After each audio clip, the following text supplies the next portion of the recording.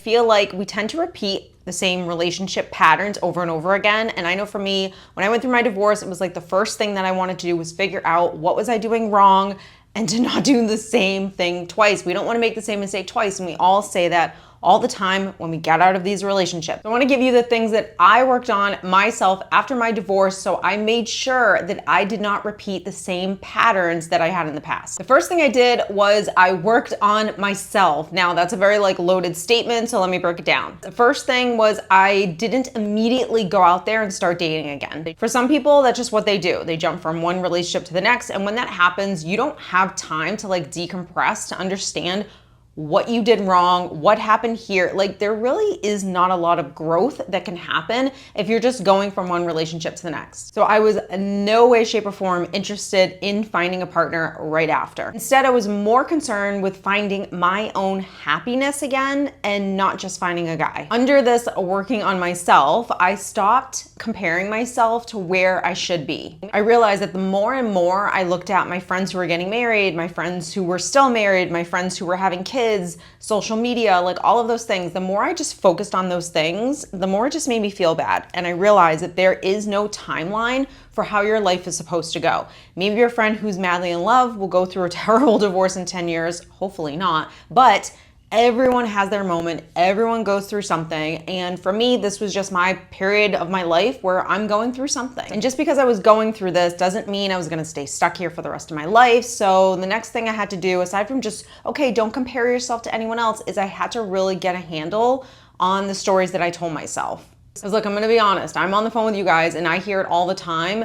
The worrying, the fear, the self-doubt, all of those things. And while it is sometimes a normal thing that will happen, especially when we've been disappointed, and look, I've been there, but you have to make a conscious decision on what thoughts you're actually going to believe and what thoughts are actually helping you versus the ones that you probably don't even realize are really actually hurting you. The other reason why I really stopped comparing myself to everyone else is it really took the pressure off of my own life. When you have this pressure that you need to be in a relationship, that you need to find someone, that you want to get married, that you want to have kids, when all of that is kind of piling on you, we can say it's society, we can say it's social media, we can say it's a million different things. Maybe it's our mother, maybe it's our family. It doesn't really matter where it's coming from. You choose to keep it stuck inside of you and dictating your life. And when we have that level of pressure on ourselves and we feel like we need something so desperately or so badly, we're always going to make bad decisions because we're not really coming from abundance, we're coming from fear. This is where it started kind of all coming together, and this is really where self-parenting really started for me, was when I started validating myself, soothing myself, and encouraging myself. And the reason why this was so important is because if I was not doing these things for myself, I would be looking for them somewhere else. And that's always what happens. Every time you need validation from the outside, it's because you're not giving it to yourself on the inside. The reason why I wanted the relationship, the marriage, all those things, of course, is love, and we all deserve love, and we all should have love, and it's companionship, and we should all have that. That's why we're here. We're not meant to live this life completely alone, just walking around by ourselves. So that part is perfectly healthy. The part for me, and probably a lot of you, that isn't so healthy was that I also wanted these things because I never got them growing up. So a lot of the unhealed stuff that was still going on inside of me was actually triggering a lot of behavior that was happening in my life to pick certain people, be in certain situations, take certain jobs. I realized that everything in my life was there because of me, because of where I was at. I had to really start being honest with myself to say, okay, I'm the one that needs to fix this. Where are the wounds? Where's the insecurity? Where am I not validating myself? Where am I not soothing myself? I wholeheartedly had to learn how to take care of myself, more than just saying, oh, I learned self-love. I'm talking about mentally, emotionally, spiritually, physically. It was all on me at this point. And that wasn't me going into hyper, alpha independent woman kind of thing. Not at all. It was more about just learning how to be a healthy human being, period. The reason why that was so important for me, as well as it should be for you, is because who I was dictating who I was attracted to. The level in which I was at, energetically, mentally, self-worth, all of that stuff, that's who picked my partners. that's who took those jobs. It was kind of about learning how to like raise that bar a little higher, not just with people from the outside, but with myself as well. Like I had to raise the bar that I expected better than what I had gotten before. I would say definitely taking the time to look, when you're doing all of this kind of work on yourself, you're going to learn about yourself. You're going to learn about yourself, and you're going to, who you become is now who you're going to be attracted to. I had to take a step back, and I wanted to really think about what is it that I'm actually looking for in a romantic partner, in a friend, in a companion. Like, what are these core traits that I'm really looking for? I had to go a little bit deeper than, oh, look, he's so sweet. Oh, look, he's so kind. I wanted to see the consistent pattern of who you are. And I also wanted to intuitively understand, how do I feel when I'm around you? Do I feel good? Do I feel bad about myself? Like how, and this is coming from a healthy space, okay? We're not coming from codependency or insecurity, and we're looking for you to validate me and make me feel better and lift me up and all of those things. But for the most part, the person in your life should be a very easy friendship, a very respectable friendship.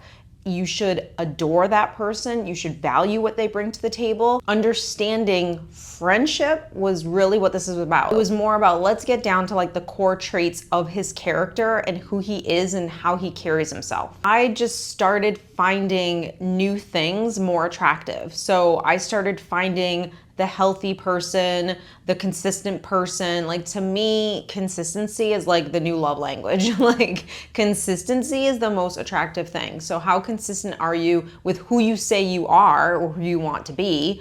And how consistent are you over a period of time? Is this truly who you are and who you want to be? And that's something that you can't really determine after a month. I learned very early on it wasn't the other person's job to read my mind, know exactly what I want, know exactly how I feel, know exactly how to treat me. And I say that with what I mean by that is, not everyone is going to give you everything in every single moment, but there should be that foundation of respect and admiration that you have for each other. It was my job to learn how to communicate. It was my job to learn how to tell this person what I need, who I am, how I like to be loved, and not feel resent because I'm having to tell you. I feel like a lot of women sometimes can like go down that road of thinking that their spouse or partner or whoever should know what to do. And a lot of people don't know what to do. And it's not always because they're unhealthy. It could just be because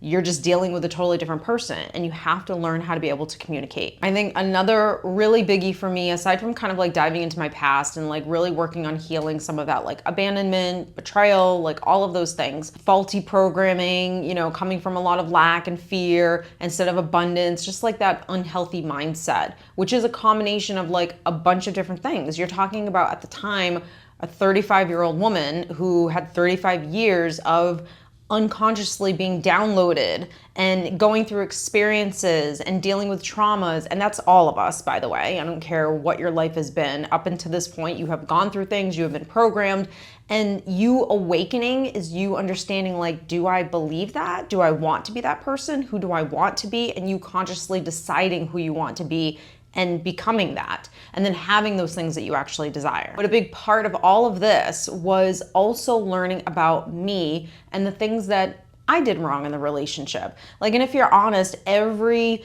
job, every relationship, every experience that you're ever in, there's always an opportunity to do it better. So if we can kind of take a step back and say, okay, what did I do wrong in that relationship? It doesn't mean that you were the sole reason. It always takes two to tango. So we're not going to sit here and go down the list of all the things that we did wrong in the relationship, and now that's going to make you feel bad. Let's not go there. Let's do this as a productive exercise where we are going to learn what we did in that relationship that we do regret, that we don't want to be that person, that we want to actually get better for the next person. I had to start believing that I deserved the things that I aspired to have. And that actually went beyond just the relationship piece. It went into money. It went into really challenging all of the assumptions and limiting beliefs that I had regarding a lot of different areas in my life. Relationships were definitely one of them, but I deserved the love story. I deserved the great friendship. I deserved someone that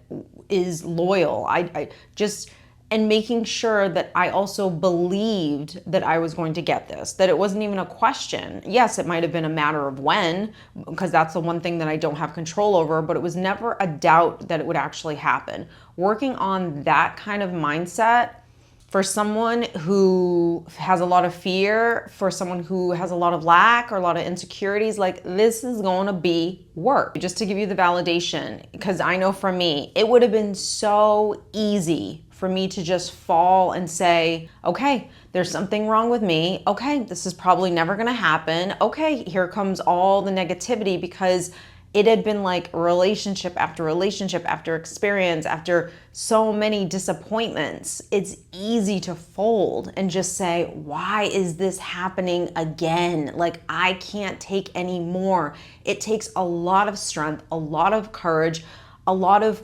trusting in yourself and faith to say, okay, regardless of the past and what's happened to me, like, that's not happening going forward. I deserve better. And for me, what kind of helped me to like have that kind of mindset, honestly, was anger.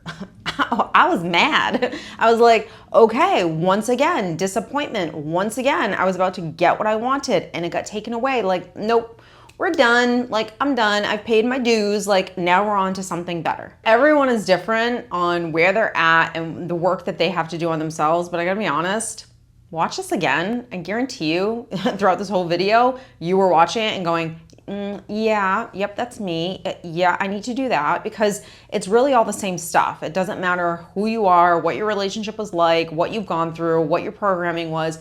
It's always all the same working on myself stuff that we all have to do. So I hope this inspired you, it motivated you, it educated you, it gave you everything that you were looking for it to give you. Don't forget to like, share, subscribe, do all the things, and I will see you in the next video.